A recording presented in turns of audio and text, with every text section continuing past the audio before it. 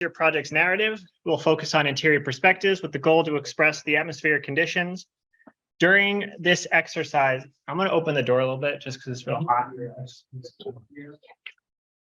And then, so constructive format, background, middle ground, foreground. So when we observe an image or a painting, similar to these views, you should have like those three.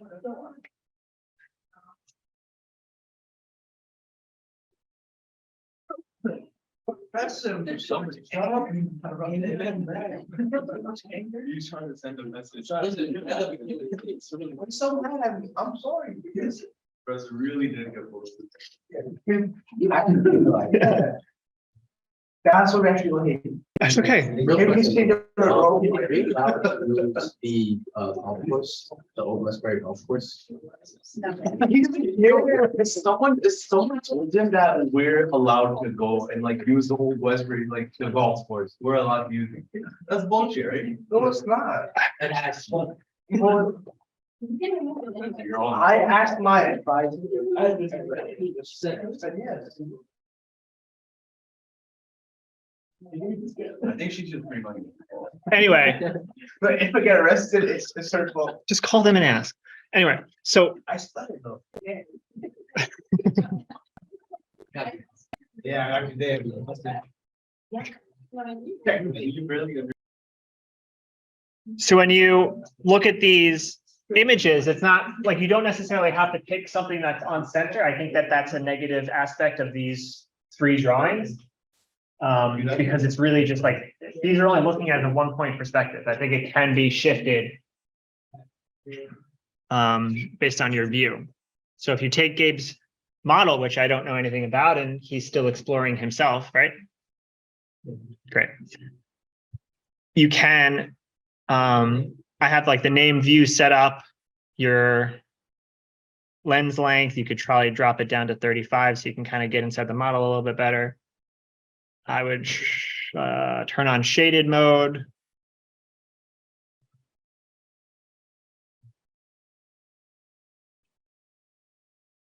Type in ZS, zoom selected. And like, what does it mean? Oh my God. How many groups are in this model? Wow. Cool. So if you don't have an object that you can really kind of hone in on, right?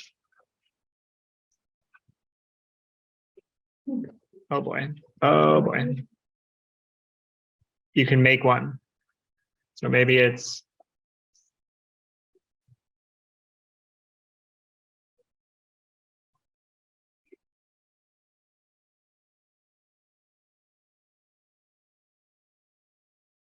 there we go. So what you can also do is turn on the command walkabout, and it'll let you move the camera a little bit better. You could hold down shift to pan. You could rotate the view. So this is like an exterior view of that space. And if I wanted to go inside, right?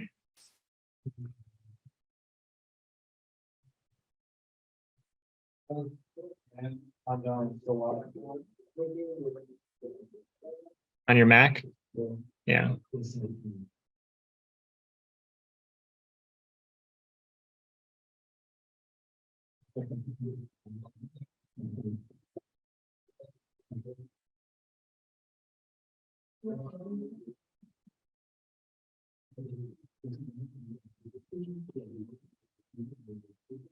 So here, if I start manipulating the image, right?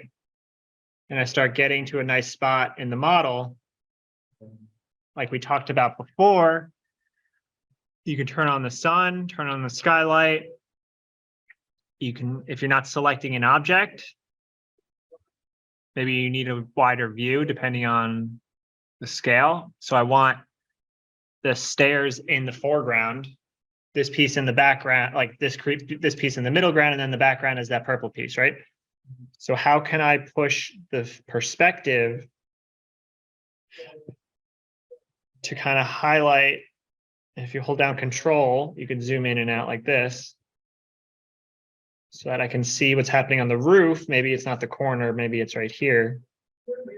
But that's a very like narrow view, right? So I can also kind of move the panels away so I can get a different kind of perspective. Right. So I'm moving the named views away. I'm moving the render panel away. You could always throw them back in.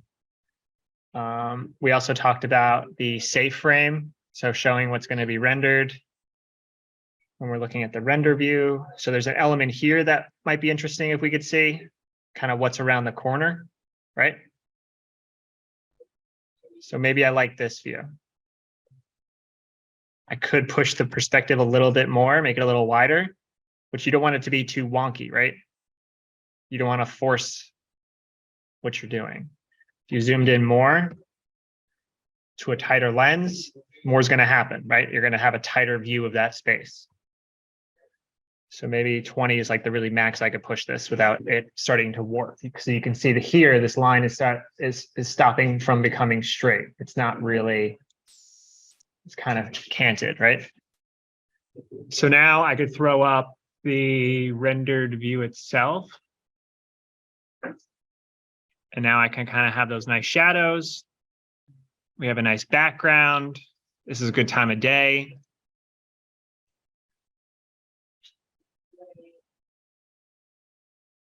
If I want to bring up the sun options, all I have to do is just type in sun.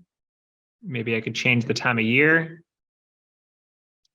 Maybe I could change the time of day if I want, but I kind of like how the lines are on the space. I can then go into my window or panels. I have named views on, except I have no idea where that panel went. So I'll shut it off. It looks like it was here. So now that's good. So I'm going to take this view, which is called walkabout, and I'm going to save it as view 1. Press OK. Now I have view 1 saved.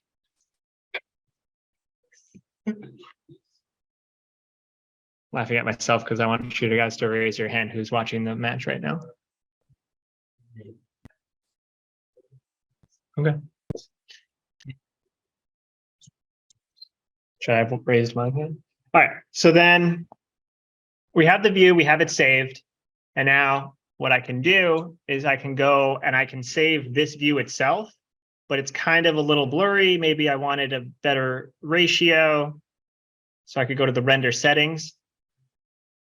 I could do the current viewport, or I can do my own viewport and set it to at least 1920 by 1080. So that gives me a wider, safe frame. Do you guys see that? Maybe my DPI I set to 150. Good quality instead of draft. Do I want the background to be white? Or do I want a transparent background? Maybe I'll have a transparent and I can make my own gradient afterwards. Sun setting is on, lighting is on. And I am going to press render. And it is going to take a few minutes. And your computer is going to get all hot and all the fans are going to turn on. Blah, blah, blah. Oh my God. All right. So see how it says, yeah, see how it says 8 or 10 out of 500? So it's rendering 500 frames of just this one image. It's doing passive. So it's going to render the image, then it's going to render the image, then it's going to render the image, right? So I don't want to wait that long because I'm in class. But when I'm home, I can do that. I can walk away. I can eat dinner, feed my cat, whatever you guys do at home. I don't care. Then I can come back and I can look at it, right? So if you ever want to stop the rendering, you can press pause or resume. You can even, I believe, save this, even though it's like half rendered. But if you want to exit, you can press exit.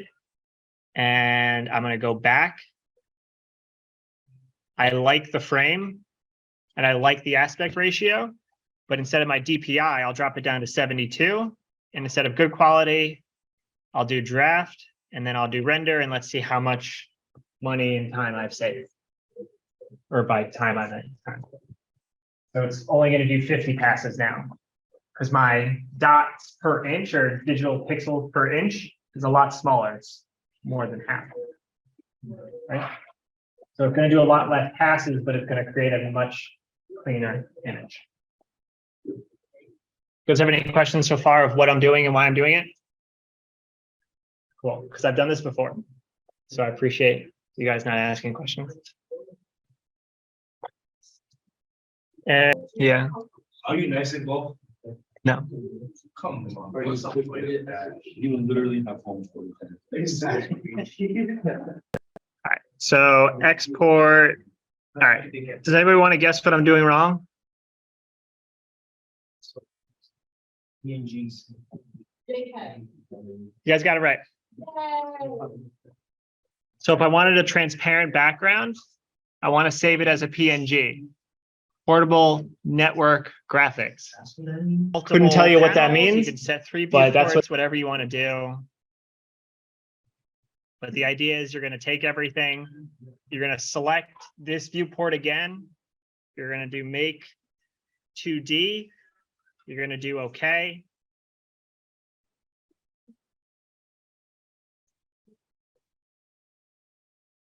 Now we have here, I'm in the top viewport.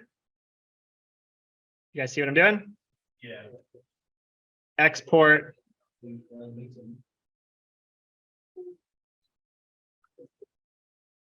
That's less class. This is this class.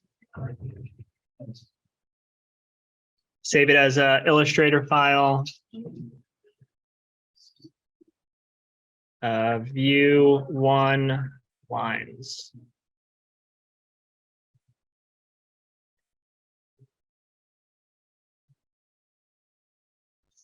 What's the next step? And what am I missing in this drawing? You got to clean up your model a little bit.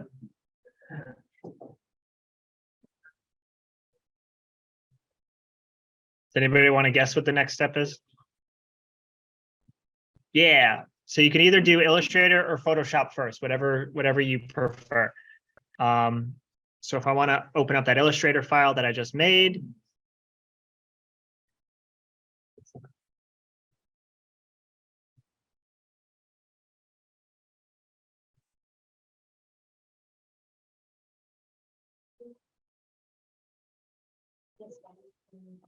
Here's our pretty rendering. You like it?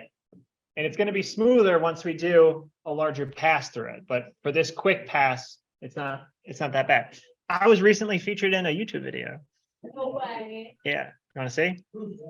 So why did I show that? Just cause. Yeah. So you could take your rendering. You can notice that maybe some lines might be missing. So you can put them back in. So you can maybe make it a little bit bigger in your Illustrator. Kind of force the perspective. And you wind up with something like this, right? Save. Save. All right, so what I'm noticing here, right? Whatever. Is I might need to remove or update some of the lines and surfaces in the model. Because if I'm overlapping my 2D and 3D elements, some of these don't actually exist. So don't be afraid to go in and alter your model. So you can go in here, you can pick lines, you can update their anchor points to make them make more sense in your model themselves. So something weird's happening here and there. And then when I have my pretty image open with Photoshop. In the image, we save the PNG, right? So if we wanted to, we can make a new layer in Photoshop. Select everything over here. You can right click, fill. You could select a color. Maybe you want a gray background. Obviously, this layer is on top. Now it's behind. So now the background is gray. Right? So then if you want to, you can double click on that layer and you have the layer styles. If you want to add a gradient, maybe it's lighter on the top and darker on the bottom. You can change the color, so you can select the gradient here. Just click that image. They have ones already made if you wanted to use them. Right now I have it on 50% transparent because I was probably doing something I don't even remember. But if you make it 100, oh wait. Yeah, it's 100. They have different things. So if you use something that's pink, it might be a little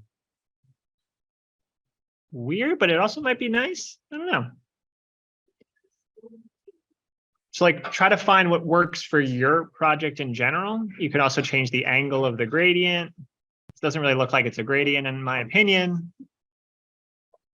Maybe we want it to be a little darker, so it's a little sharper.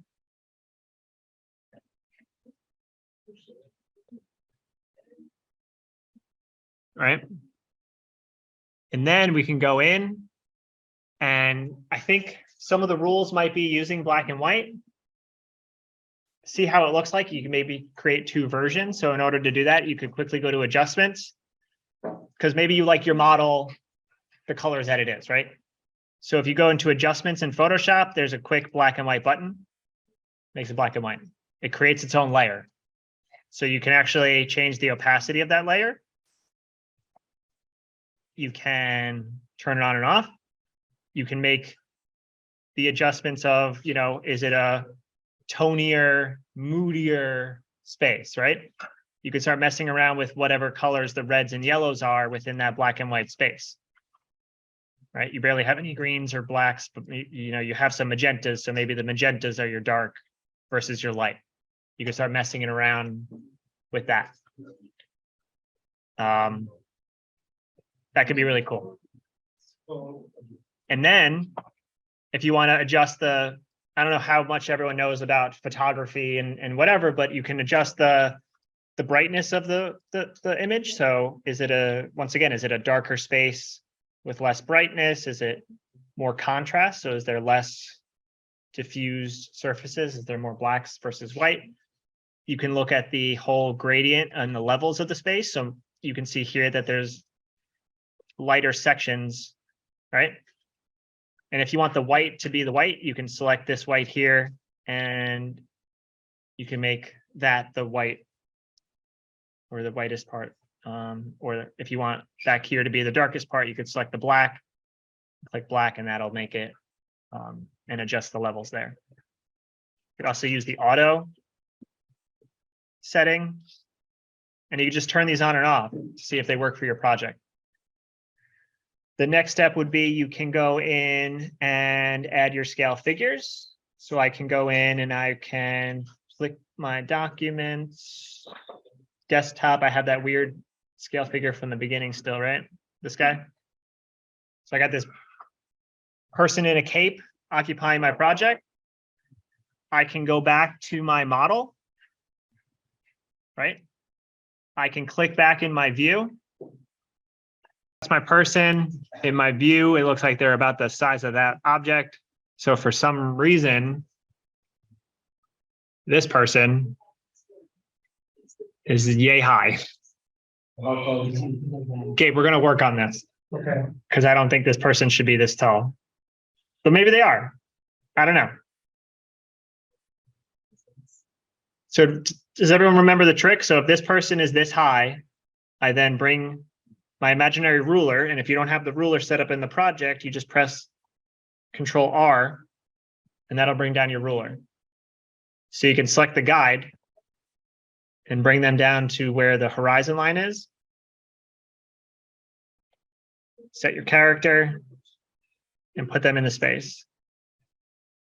Maybe one's in the foreground, right? So maybe that person's a little bit bigger. And then if he has a friend that looks identical to him.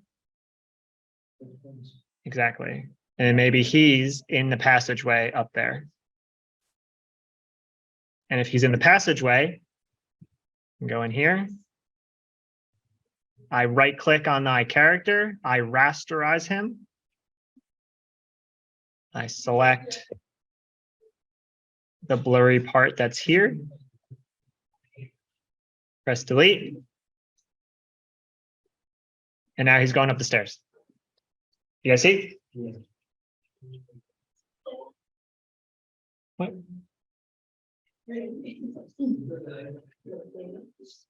I think this could be pretty cool. Especially these black and white images. So now how can I make it even better? What? No. What? I could add shadows. Bring down your power. Make the shadow. I could take my lines, right? So now once I'm done with this image, right? File, export. I could save this as a PNG.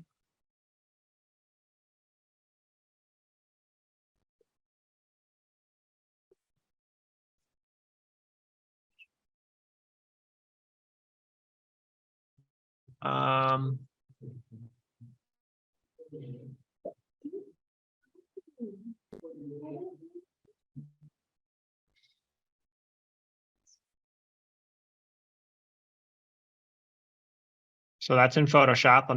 I'm going to put it in our new layer.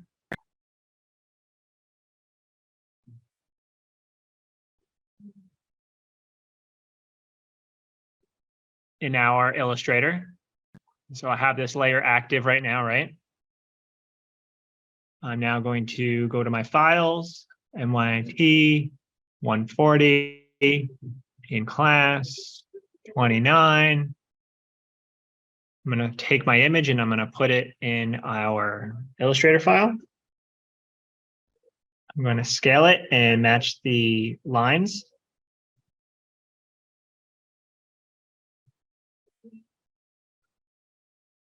Hold down Shift.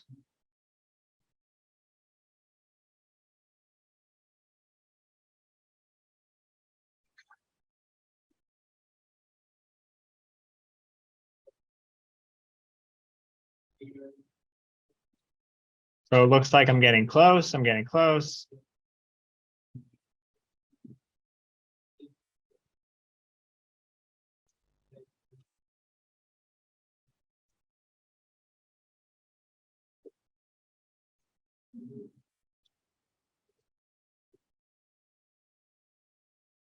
Just takes a little finessing to line them up. And it might not be exact, but you can get pretty close. You guys see how I did that? Thank you. Always appreciate it. Okay, so you can turn it on, turn it off. I can now select all my lines. And I can start manipulating these lines. So maybe instead of black, let's see how black looks, right? Stroke black.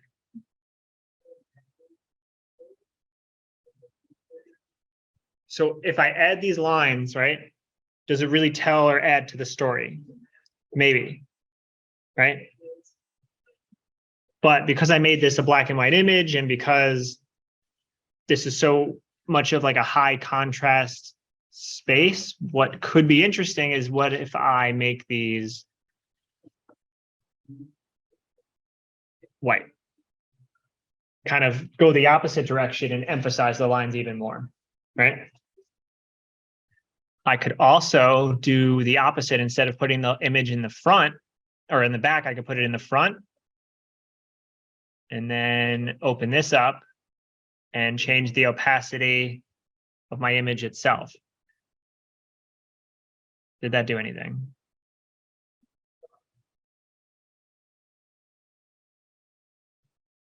Why did that not do anything? Does anybody know?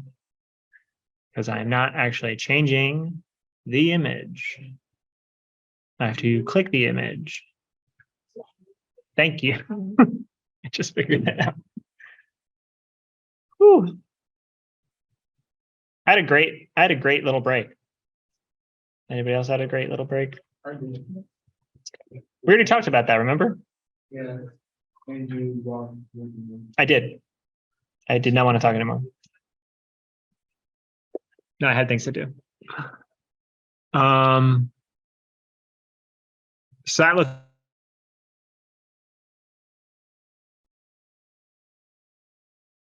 I kind of like it.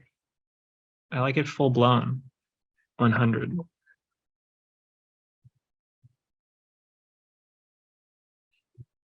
So you can go in here and clean up all the miscellaneous extra lines in your Rhino that don't need to show up, right? You're in control of the space.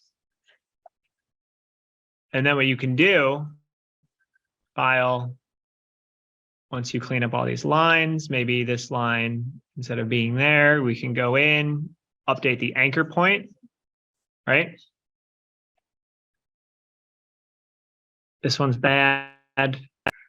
This one's bad. So sometimes you might need to join the lines if they're not connecting. This one doesn't really show me much, so I'm going to delete it, see what happens. Apparently there was a step there that I didn't see. So maybe there's not a step there.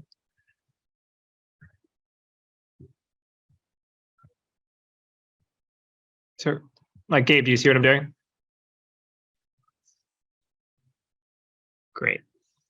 Now I'm missing, right?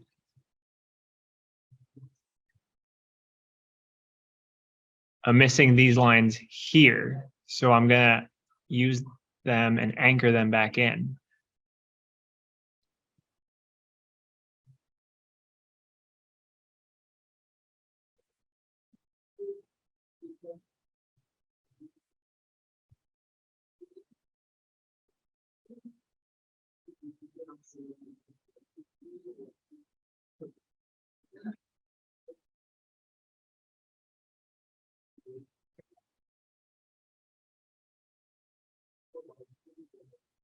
I know I'm spending a little bit of time on this, but like it's worth it to see the potential of where this can go.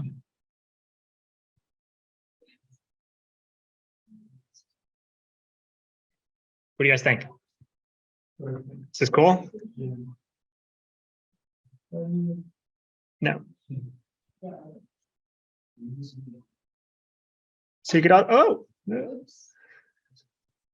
so what you could also do, right, is I think there's a way, if you want,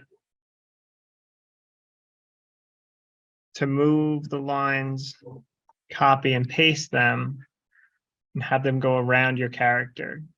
Because maybe your character, you know, arguably you could put it in here, or you could put it in Photoshop. It just depends on how you want to set up your file. Because some things might be in the way of the silhouettes you put in. Also very common is having a silhouette in your model that's transparent. There's nothing wrong with that. So maybe just bring your opacity for your characters down to 50% looks weird, maybe 75. I know I'm kind of using these masked people, but it kind of just lets the space speak more and less about the characters. Or if you want to have like a little pop of color here, you could always double click. Not on the image box, but on the layer. And not on the text, otherwise you'll rename the text.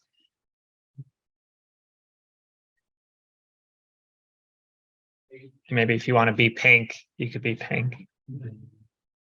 But, you know, figure out what is distracting, what's not distracting, right? This looks really good.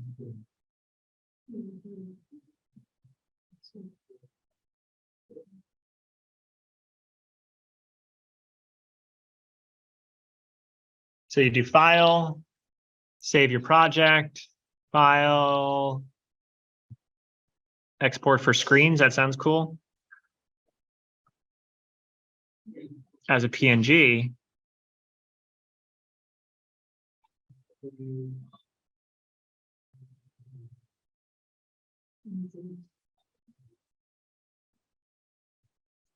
You could also just do save a copy as a PDF.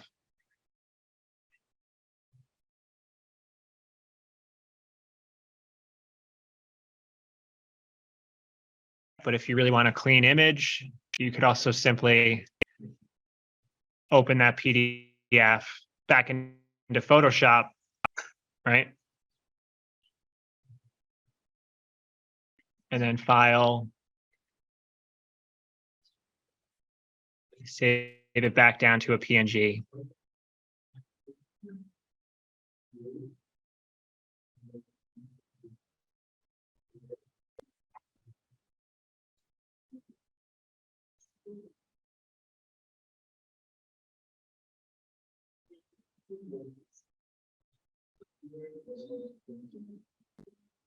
Now you have this really nice image.